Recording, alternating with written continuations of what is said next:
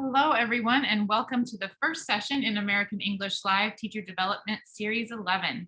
We're so excited that each of you are here with us today. My name is Kate, and I'll be with you along with my colleague behind the scenes, Heather, who will be serving as moderator to help answer your questions and respond to your comments during the session. Let's begin today with these wonderful comments from participants of the last series. So our first one, the session was really beneficial. I learned new methods and types of assessments from Fatima in Lebanon. Thank you for that comment. The series is very relevant to the current situation with teaching online. I can apply the strategies in my class. Thank you to Mary from the Philippines. And finally, once again, I am really pleased and happy to have attended this webinar. Every webinar is time to learn from colleagues around the world and the presenter from Sofia in Argentina. So thank you for all those great comments. We love to see our teacher participants actively engaged in professional development. So please continue to share your photos and thoughts about our webinars by adding to the comments or chat box or by emailing them to americanenglishwebinars@fhi360.org. We may feature one of your comments or photos during the next session. Today is our first session in American English Live Teacher Development Series 11. Throughout the series, we'll explore themes related to classroom management for in-person, online, or hybrid courses, as well as innovative approaches to teaching grammar through games, art, and movement. We hope you will be able to use the practical ideas we share. Are you eagerly awaiting one of our sessions? Please let us know in the chat or the comments. So here's what to expect today. Each session is about 60 minutes long. The presenter will present the material, and I, as your host, will ask questions and make comments too. But we really hope to hear from you, our audience, so that we can address all of your ideas, experiences, questions, and concerns. Please do share your thoughts using the comments or the chat box. Our presenters may suggest options for materials or tools during today's session. We want you to know that the U.S. Department of State's Office of English Language Programs does not necessarily endorse or promote these resources, though we do hope you get some great ideas during the webinar today. When our session comes to a close, you'll have an opportunity to receive a digital badge for your participation. At the end of the webinar, we'll share a link in the comments. Click on that link and complete a short quiz about today's session. You must answer 2 out of 3 multiple choice questions correctly. And once you have successfully done so, you can expect to get your badge via email within about a week. And finally, before we get started, I wanted to let you know about 2 new massive open online courses for ELT educators that started on Monday and are offered through the U.S. Department of State's Online Professional English Network program, or OPEN. It isn't too late to join these free MOOCs, which focus on assessment and teaching English for media literacy. You can see the course dates for each MOOC on the slide, and the information and enrollment links are being shared now in the chat and comments. We hope you'll consider joining these exciting MOOCs. And now for today's session. Look away from the screen, making online learning 3-dimensional. Recently, teachers have greatly expanded their knowledge of synchronous and asynchronous tech tools for online teaching. While these tools enhance online learning experiences, it is also important to recognize the reality of screen fatigue and provide a break from the virtual. In this webinar, we will examine how teachers can push the boundaries in their online classes from 1-dimensional screens to students' 3-dimensional environments. The activities demonstrated will help you diversify the kinds of tasks you do in an online environment and will combine digital learning with off-screen activities that can enhance student motivation, engagement, and general well-being. And now we're pleased to introduce our presenter, Anna Chiriani-Dean. Anna was a U.S. Department of State English Language Fellow in 2019 to 2020 and a virtual fellow in 2020 to 2021. Prior to her fellowship, she worked as an ESL and composition instructor, assessment specialist, and professional writing center consultant at universities and educational companies around the greater New York City area. Anna is a native bilingual speaker of English and Italian and an avid language learner with proficiency in French, German, Armenian, and Hindi. Anna holds a master's degree in applied linguistics and TESOL from Teachers College, Columbia University, and has worked with learners of English and other languages since 2009. Welcome, Anna. It's great to have you here with us today. And thank you so much for having me. I'm really happy to be here. So as you mentioned, Kate, the title of today's workshop is Look Away from the Screen, Making Online Learning Three-Dimensional. And I chose this topic because in the past year, with all of the lockdowns and transitions to online learning and teaching, we've all really been glued to our screens, more reliant on our digital devices than ever to make connections and also to teach and learn. But here's the thing, a screen is a screen. It's one-dimensional. It's a little box that we look at with flashing lights in our eyes. So online teaching, even though it provides so many new opportunities that we've discovered this year, it also has a lot of limitations. So in today's session, I won't be telling you about any new tech tools for you to try in your classroom. Instead, I'll bring us back to basics in a sense. We'll start by reflecting on our own practices in the virtual classroom and on some of the effects of virtual learning on student motivation, engagement, and especially their well-being. We'll then outline 3 learning styles and the importance of differentiating learning in an online environment. And most importantly, we'll talk about 3 main ideas I have to help you make your lessons more three-dimensional. I'll provide some fun activities that you can apply immediately to your classrooms. Does that sound good, Kate? That sounds great, yeah. Okay. So let's start with a little personal reflection. I want our wonderful audience members to think about your own experience teaching online in the past year or more. How comfortable do you feel using synchronous and asynchronous tools to teach? Let us know in the chat. Yeah, let us know, everybody. How comfortable do you feel teaching online? Maybe you can say very comfortable, not comfortable, an expert. I have done it a lot. I have not done it very much. Whatever you think. Let's see. Noemi says, I feel comfortable but eager to learn more. Wonderful. Profa Mayita says she feels great about it. That is wonderful. I feel different about it. Maybe different from before the pandemic to now, I would think. Comfortable, very comfortable from Sakir. Okay. Well, it sounds like we have a very wide range of experiences here. And one other really good comment, I think, from Jenny, who says, it is indeed comfortable at the beginning. I think she means of the day, but then you get tired of sitting in front of the screen, which I think this webinar is really addressing. So thanks.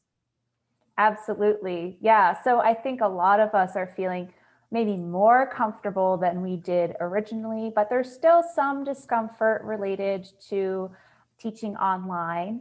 But still, we're getting better at it, right? We've all made a lot of personal victories over the past year, getting used to teaching online more consistently. So I want to recognize that some of you might be teaching fully online classes, while others of you might have a blended classroom where you teach a little bit online and a little bit in person. Some of you might be teaching only synchronously, so that means with Zoom classes or other video platforms where you're working in real time. Others, you might be teaching asynchronously too, so where students complete tasks and lessons at their own pace, not at an established class time.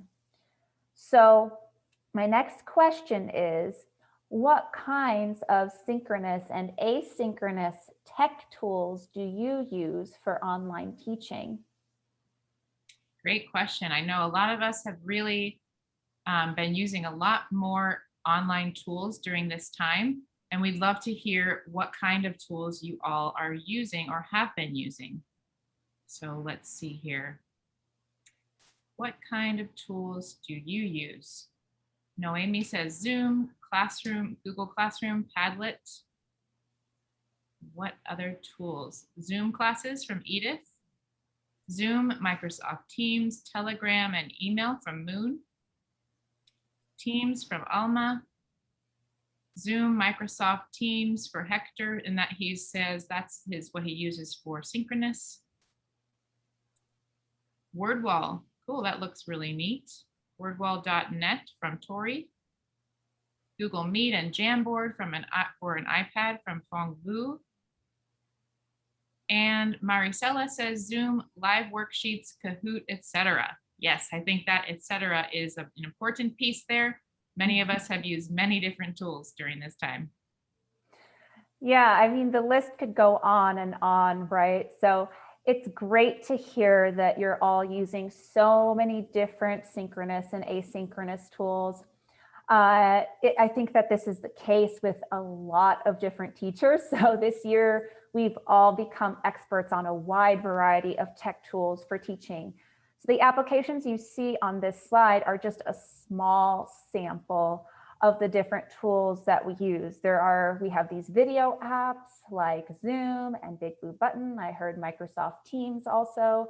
We have learning management systems like Canvas and Google Classroom. We have quiz and activity platforms like Quizlet, Nearpod, Kahoot. I also heard someone was talking about WordWall, as well as some other interactive apps like Padlet and Google Jamboard and Flipgrid and many others. The list continues. So at this point, I do want to mention that today, while some of you may be back in face-to-face settings or working mostly with asynchronous learning environments, today we're exploring ideas for live synchronous online classes, primarily like on Zoom. But this does not mean that what we talk about today cannot be applied to other contexts. As you'll see, many of the ideas we talk about today can be adapted for any learning format. So now let's think about the effects of using so many online tools, what effects this has on us and on our students. We kind of hinted at this a little bit earlier. So take a moment to think of your own experience teaching online, especially in a synchronous environment. How do you feel after a day of virtual classes? Let us know in the chat. Yeah, how do you feel after a day of virtual classes, everybody? We saw Jenny say that she feels tired sometimes at the end of the day, but it can be exhausting, as Aldo says, he feels exhausted. Tori Miller says Zoom fatigue, exclamation point. Technology fatigue from Irina. Rosie says tired. I am so brain tired from Tamra. And Raphael says, my eyes get tired and you need to take some time away from the screen, definitely.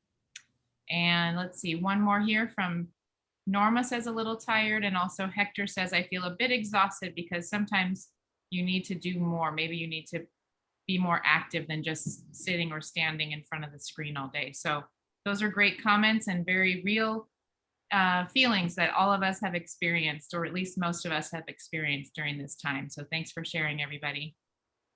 Right. I think a lot of us feel this way. That word exhausted really encapsulates how I feel after a day of online teaching. Brain tired, your eyes are tired, all of these things. You've mentioned the word fatigue, and that's really an important word to remember.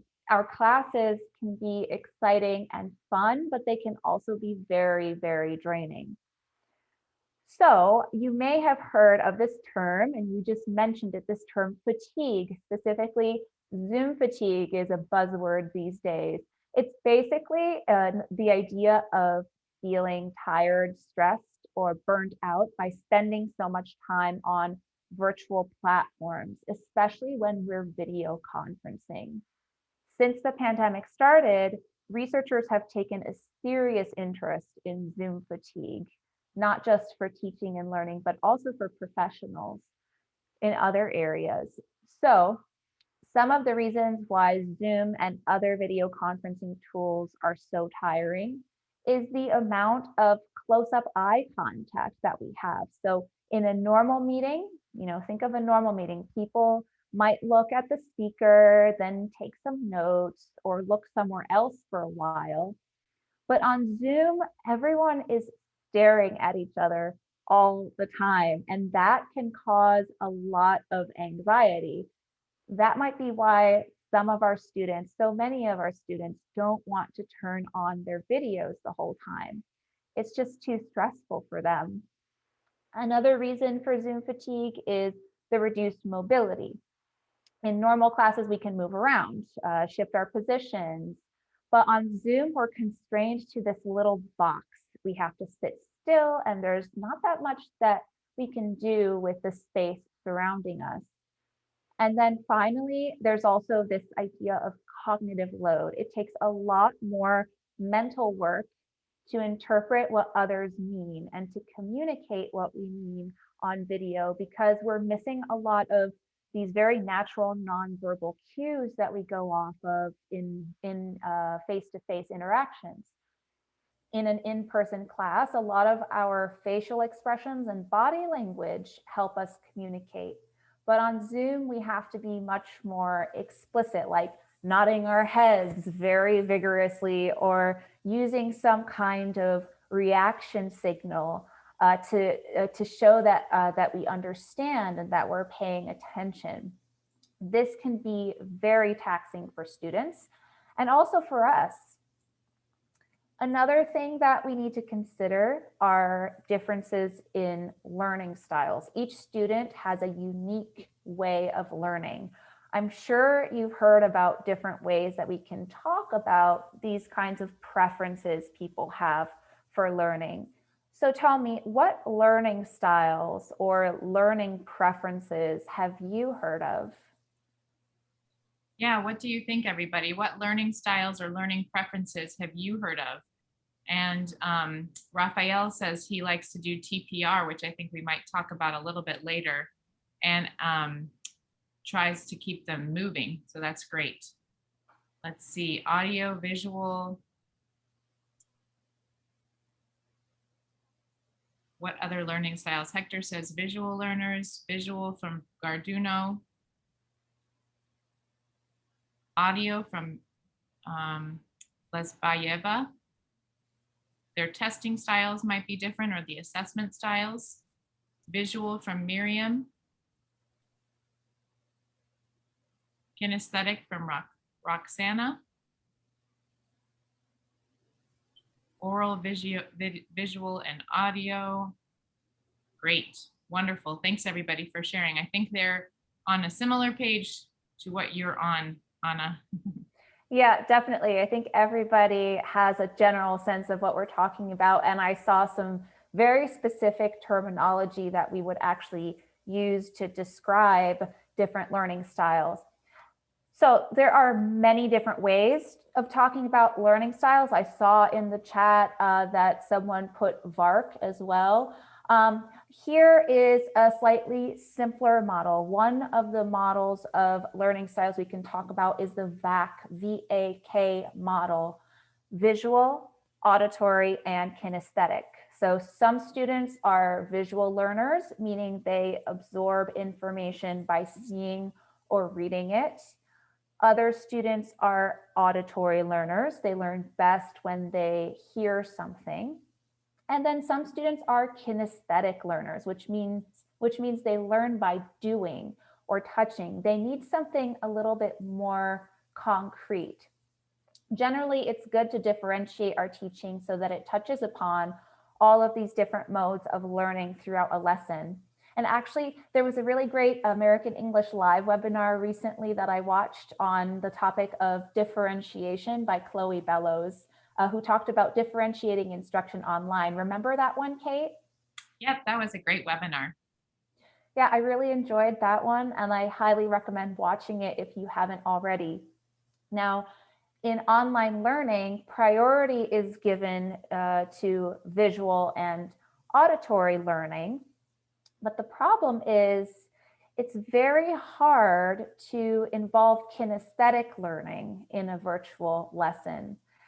Everything is just on the screen in front of us. There's little opportunity to move and touch and do. So how do we make sure our kinesthetic learners are getting as much out of each lesson as other learners? In other words, how do we take our synchronous sessions from this to this? How do we make learning three-dimensional? I want to suggest 3 different approaches. Bring back paper, get physical or move, and engage with the space and objects around you. And I'll provide some ideas for each of these 3 approaches. So probably the simplest way to get students to look away from the screen is to give them opportunities to draw and write on paper. This first activity idea is called an identity map, and you can see how I demonstrated it here for my students. Ask students to get a piece of paper and write "I am" in the center. Explain that they will reflect on their identities, what defines them. Then read out different categories. For example, gender, age, ethnicity, interests, likes, dislikes, beliefs, personality, relationships, and more. You get to choose. As you read them out, pause and demonstrate what you would write. For example, Kate, do you have a piece of paper and a pen with you? Yes, I do. Ready to go. Okay, so what I want you to do is start by writing "I am" in the center of your paper, like this, okay? Now I'll tell you a category, and you should write down nouns or adjectives that you think fit in that category, okay? So first category is likes. For example, when I think about things that I like, I would write, "I am a chocolate addict." And "I am a cat lover." Okay, so now my piece of paper looks like this. Okay, Kate, next category is relationships. For example, "I am a loving daughter," and "I am a loyal friend." So now my paper looks like this. And then you could continue with more categories if you wanted. So Kate, do you feel comfortable showing us what you wrote for each category? Sure. Hopefully you can see it there. I wrote, "I am a nature lover, a coffee addict, a dog mom, a trustworthy friend, and a kind sister and daughter." Great. There's lots to talk about here. I want to talk more about how you're a dog mom later. But so anyway, back on track. What I like about this activity is it gives students a break from the screen by just looking away for a few minutes to write down their answers to each category. You could use this at the beginning of class as a warm-up to get their English flowing, in the middle as a quiet reflective break for interaction, or even at the end as some kind of ending activity, wrap-up activity. It's good as a review activity, so you could use it to go over vocabulary you've previously taught, as well as to generate vocabulary that the students might already know, but that you haven't taught before in your class, especially when you're working with advanced students whose knowledge goes beyond what you've taught in your class. I also like this activity because it touches upon a lot of interesting language topics. It's great with beginner students who are practicing the simple present of be. You would just simplify the categories a little bit for them. So for this, You also might want to put students, once they've done the activity on their own, you might put them into pairs and then have them report back on their partner's identity back to the class. That way they're practicing the first person I am versus the third person she or he is. It's also great for teaching adjectives very clearly, right? So for personality and mood, for example, you might range from a beginner level vocabulary such as happy or angry to advanced vocabulary such as amicable or amenable. So you just have to set the difficulty range there. For intermediate students, you could also teach them compound nouns like chocolate addict and Disney fan and dance lover, dog mom, cat lover, and noun endings also like chocoholic and daydreamer. As I said, this is for intermediate and advanced students, and it's just up to you to vary the difficulty level there.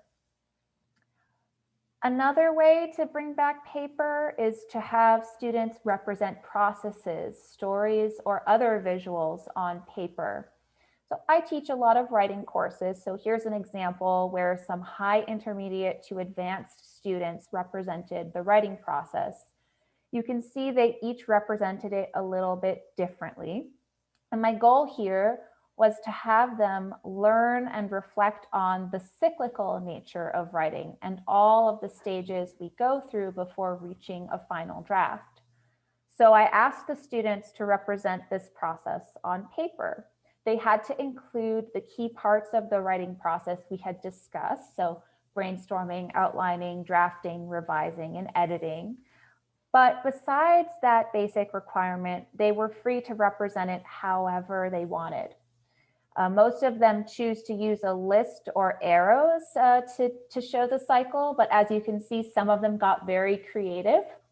I especially like this spider web in the middle, which is a creative way of showing that all parts of the process are connected and that it's not a linear process, but one that spirals in and out of different stages.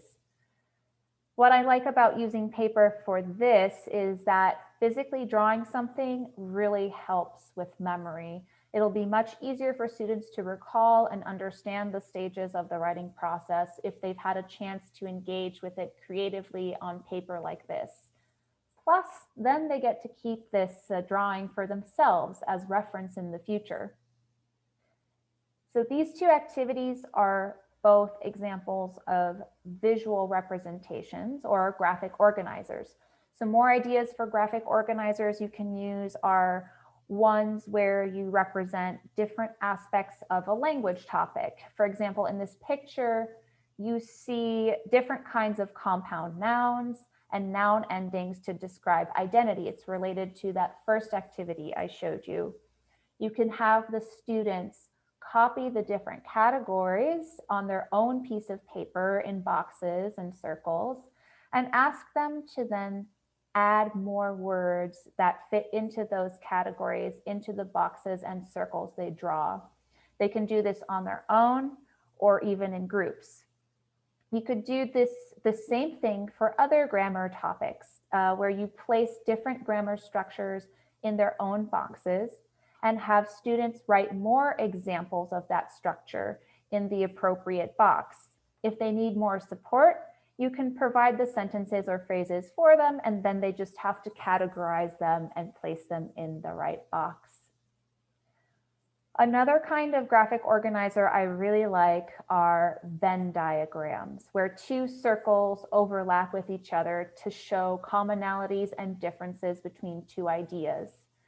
This graphic organizer is not only good for vocabulary building, but also for, and I think especially for critical thinking skills, for comparing and contrasting ideas. You can make the activity easier or more difficult by changing the topic. So here, cats and dogs, that might be a little bit easier, though it does have some more difficult parts to it. While a comparison of, say, fiction books and biographies might be more difficult. And here's one last idea of a graphic organizer for storytelling. First, tell your students to draw a box for the setting, a box for the characters, and then 3 boxes for beginning, middle, and end actions. They can then add their ideas to each category in preparation for writing or telling a longer story. This is great for practicing past tense verbs and improving their writing or speaking skills overall. You could even have them draw their own storybook if you wanted, based on this story that they've planned here. So now at this point, you might be asking yourself, well, how is this any different from what I do in a regular classroom? And well, that's the thing. It's not. We just have a tendency to do these kinds of activities on paper less when we're teaching online. So it's good to bring these kinds of activities back to give our students a short break from the screen. So here's my question. What kinds of activities do you have students do on paper during your synchronous video classes? I'd love to hear some of your ideas in the chat. Yeah, what do you guys do with paper in your synchronous online classes? Let us know. I saw a lot of people commenting on the usefulness of graphic organizers, so I'm sure some of you are using some of those types of things. Noemi says, I asked them to tell a story with drawings. That's a great idea. Nikki does dictation. Alita does mind maps. And let's see, Amra says she uses anchor charts.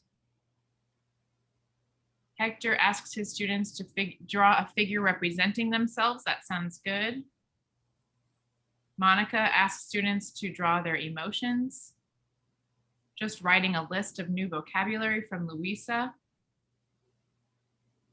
And just writing in the workbook. Yeah, just asking students to write on actual pieces of paper in a workbook or a notebook. All right, wonderful. Thanks for sharing, everybody. And I love these examples because you can just see the range of different activities here. It can be just as simple as looking away to look at a piece of paper and write down a list, or as complex as telling a full story, right? So there are lots of really great ideas here. So thank you everyone for sharing. What I like to use, what I like about using paper rather than all virtual tools, and I don't mean to say you can't use virtual tools, but I do like using paper instead sometimes. And the reason for that is that students can keep their creations and perhaps hang them in their room. It brings English outside of the classroom, outside of the computer or the tablet or the phone that you're using, even after class has ended. It's important though to consider that your students need to know ahead of time what materials they might need. So tell them what materials they need ahead of time, either by telling them the day before or by communicating with them through your learning management system or through whatever chat you might have with them or their parents. In general, I would recommend also keeping the materials simple. Just a pen and paper should be enough, and most students will have access to at least that. I also like to allow students to share their work online after they finish it on paper. So maybe they can take a picture of it and share it on a group chat or on your learning management system. It just makes it a little bit more fun and communal. Okay, great. So the second approach to get students to look away from the screen that I'd like to talk to you about is get physical. More specifically, total physical response. And we mentioned this earlier, so good for you if you had anticipated this. So total physical response, or TPR, is a method of teaching using physical movement. The movement is supposed to help map meanings and sounds to actions. It's basically a memory strategy. So one traditional TPR activity is to associate words with gestures. Before you start, clarify to students that they should turn their camera on if they can, and explain that they will move this during this activity. They might feel a little bit silly at the beginning, especially with older learners, but everyone will be participating and having fun. So they will eventually feel a little bit more comfortable. It should be okay. Then teach the students a set of words with associated gestures. A simple example might be body parts. So the students have to point to a body part, for example, their nose, when someone says the word nose. But this can also be done with more abstract ideas, right? Body parts is straightforward, but we can bring in some more abstract concepts. For example, the adjective cold can be like this, right? Or the word puzzled or confused could be this. Right? Scratching your head, looking up, not really sure what something means. You're puzzled or confused. Once they learn what each word, which gesture each word is associated with, you, or even better, another student can call out one word at a time. The other students then do the gesture every time they hear it. This activity is very flexible. You can make all sorts of changes to it, adapt the vocabulary to the student's level, and target different skills. So for example, instead of saying the word out loud, you might show the students the written word and have the students do the gesture based on what they see, or you can flip it around completely. And instead of everyone doing the gesture, just have one student do the gesture and all of the other students say the word associated with the gesture, or even spell the word, write it down. It can work well for vocabulary review at the beginning of class or for teaching new vocabulary in the middle of class. Overall, I recommend starting with a small number of words, maybe 5, and building up from there as your students become more comfortable with this approach. Another activity involving movement is what I call the game of statues. You can do this in person, but also online.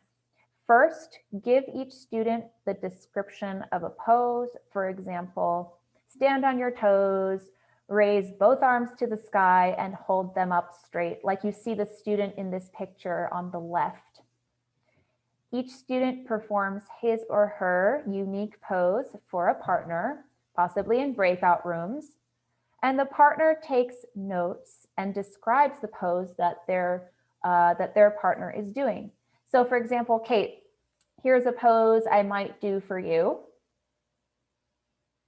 It's a pretty silly pose. So if you were my partner, what would you write down in your notes about what I'm doing?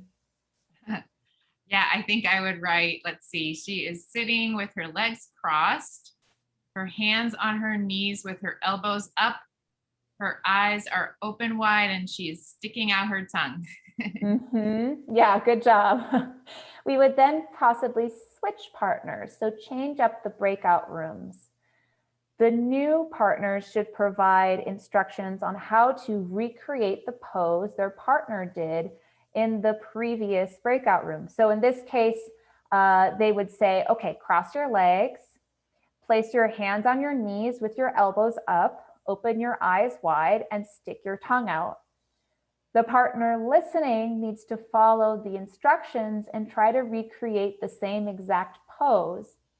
It's interesting to see how each student interprets the pose. This gets students moving and having a lot of fun, all while learning new vocabulary and practicing different language. Now, the language focus here, of course, are body parts, as well as different actions we can do with our bodies, such as cross your legs, raise your hands, open your eyes, put your hands on your cheek, tilt your head, etc.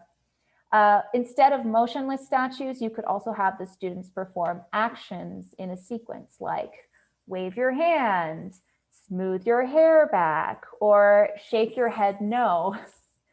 You might also have noticed that we use two different verb forms here. The imperative for telling other students what to do, and present continuous for describing what our classmates are doing. You can emphasize one or the other depending on your learning objectives.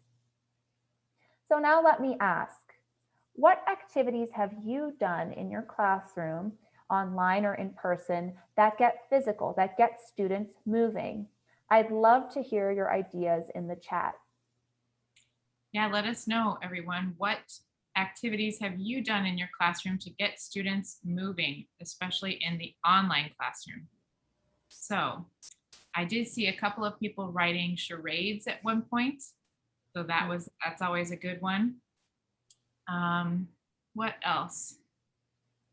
What other activities? The alphabet game.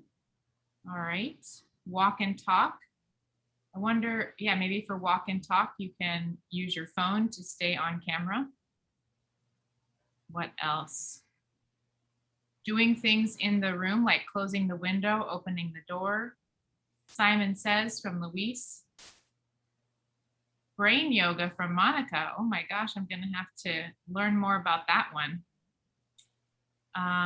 Explain someone's body language. Maybe that's similar to the pose, but you maybe explain the mood or the emotion being shared with body language or something like this.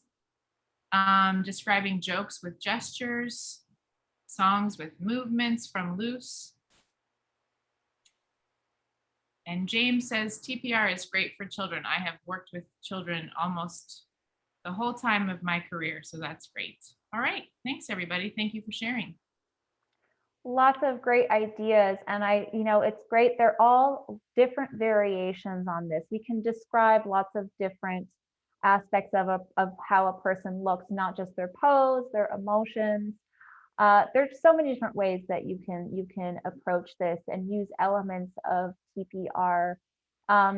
As well as, someone mentioned brain yoga. I'm going to have to check that out too, Kate. I think that any kind of movement that involves dance or yoga, even if it's not always specifically related to an objective, a language learning objective, it is great to give students just a break, a breather from the stress of being in an online environment. Okay, so of course, let's get back on track. It's important to consider that many students might not be able to turn their cameras on due to a poor internet connection or because there are too many people in their environment. So we need to keep that in mind. However, I do strongly encourage you to ask your students if the situation permits to turn their cameras on. The key to this, I think, is making your class a safe space where students feel free of judgment and can relax and have fun and learn. I like to tell students how lovely it is to see their faces when they turn their cameras on and that I feel more connected to them. Part of the trick is also making camera expectations clear from day one. If you make turning their cameras on and using movement a routine, the students will get used to it and will be more willing to participate in what might feel like a bit of a strange experience the first time. But once they know what you expect of them, they'll become a lot more comfortable. For the last point, engage with face, I want to start off with a question. What things do you see in this bedroom? I'd like our audience to type your answers in the chat. Yeah, go ahead and type in the chat, everyone. What things do you see in this picture of a bedroom? What do you see? You can go ahead and type anything that you see in the chat box. Norma says a bed. Aldo says suitcases.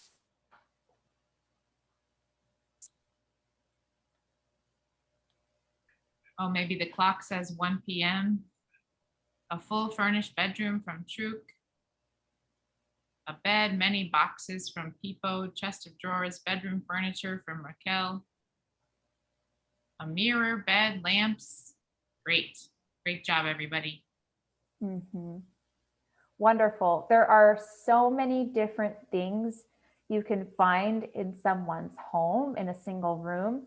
And, not every home is the same, but even the simplest home has objects and spaces that we can engage with, whether it's pictures, a mirror, a suitcase, some flowers, pots and pans from the kitchen. There's so many different things we can engage with. So my point is, why not try to involve the space your students are in your lessons? My first idea for this approach is a guess what game, but in 3D. So instead of looking for photos online or having students think abstractly about something, let them use the physical objects in their house.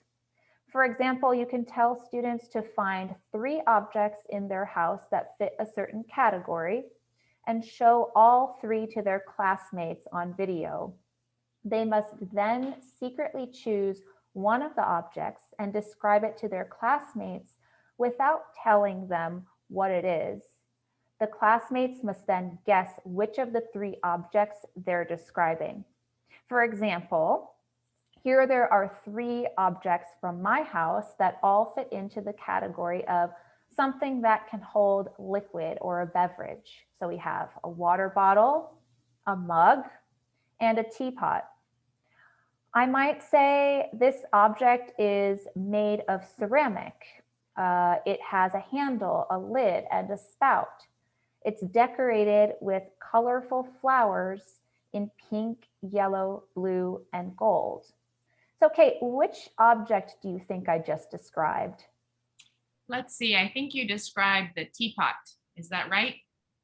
Yep, you got it right. So it has those colored flowers, the handle, the spout. It's a little bit different from the other 2 objects. Some other ways that we can do this activity is by changing the categories. So instead of what it is used for, like containing liquids or for drinking, I might ask where it's found. Find 3 objects found in a kitchen, for example. Or I can categorize it by what letter the objects start with. So you could say, find 3 objects that start with the letter B, like a bottle. This is really great for working on vocabulary, as you can see. You could also rearrange this activity so that students choose only one object and the rest of the class has to guess what it is by asking up to 10 yes or no questions. You could vary, of course, the number of questions depending on the level of difficulty and your student's level, but they need to ask yes or no questions to guess what it is. For example, is it a large object? Is it used for cooking? Yes or no? This is a really great way to work on yes or no question formation. And then finally, I also recommend having students describe the object based on how it's used. For example, it's used to boil water or it's used to cut food. This is great for the passive voice, especially. Beyond these objects in the student's home, they can also engage with things they see outside of their house. So this activity is called real life Pictionary. They look outside their window, or maybe they prefer to look somewhere in their home, and they need to observe a scene for a few minutes. Then give them some time for free writing, taking notes about the details of what they see. Normally, 3 to 5 minutes are enough. Then put students into pairs in breakout rooms. So each student in the breakout room will then describe what he or she observed. And the other partner should try to draw the scene. So we're bringing back paper here a little bit also. So Kate, do you feel like drawing? Yeah, sounds good. All right, I'm going to describe what I can see in front of my house. Okay. In front of my house is a quiet street with grass, a sidewalk, and my neighbors' houses on both sides. Some children are biking down the street, and there are flowers and trees in my neighbors' front yards. The wind is blowing and the trees are swaying in the wind a little bit. It's a gray and cloudy day. Okay, I'll give you a little more time to finish your drawing. In a classroom setting, you might have a little bit more time, but let's see what you came up with, Kate. All right, here it is. What do you think? It's absolutely beautiful, Kate. Thank you so much for participating. You've captured a really nice image of where I live. And if you were a student, you might also, during this activity, you might have reviewed some vocabulary. Plus, I got to practice the simple present and present continuous by telling about what the neighborhood is like and what is happening on the street. So let me ask the audience now, what ideas do you have to get students to engage not just with the screen, but with the space around them? Add your ideas to the chat. Yeah, let us know your ideas for engaging learners in their surroundings. Everyone, let us know in the chat box or the comments. What do you do to engage your learners? And we have some nice comments here. Troop says that this is a great idea. I'm going to use it, engaging with space. You can do real life Pictionary with a scene from your favorite movie from Noemi. Great idea. What other ideas? Guided pictures, count the objects on your desk, scavenger hunt, so you can look for things that are related to a certain topic, or maybe that start with the one letter.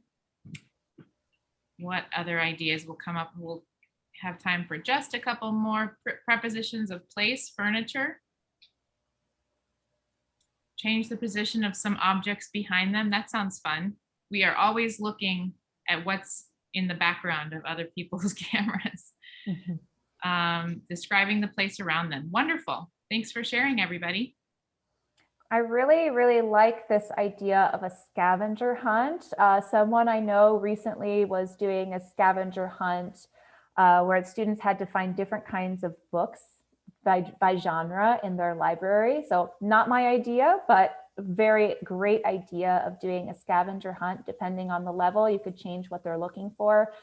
And also, I really like the idea of moving objects around and having them practice prepositions of place. So these are really great ideas. Thanks, everyone. All right, so that's it. These were the 3 approaches I wanted to introduce to you today to make online learning more 3-dimensional and involve more kinesthetic learning. So bring back paper, get students to move, and engage with space. We talked about several different activities and variations, and we got a lot of great ideas in the chat as well from our colleagues. So my final question to you is, which activity are you most interested in trying in class from this webinar? So we had identity map, the writing process and graphic organizers, words with gestures, statues, guess what, and real life Pictionary. Yes, what activities will you try in your class, everyone? Of course, we have people saying all of them, like Noemi, thank you so much. Aldo says identity map. Great. Real life Pictionary, Kansa. Lupita also says real life Pictionary. All of them so wonderful from Kay. And a lot of people saying, guess what, and real life Pictionary. So I think we all have a lot of great ideas to use in our classrooms today or tomorrow. Great. I'm so glad that you're able to come away with some interesting ideas. And I wish you all the best of luck moving forward in your online classes. Thank you so much, Anna, for that wonderful presentation and sharing all those helpful tips for getting our students to look away from their screen and reduce student screen fatigue with fun, active learning ideas and approaches. And as always, we'd love to thank you, our audience, for your active engagement and participation today.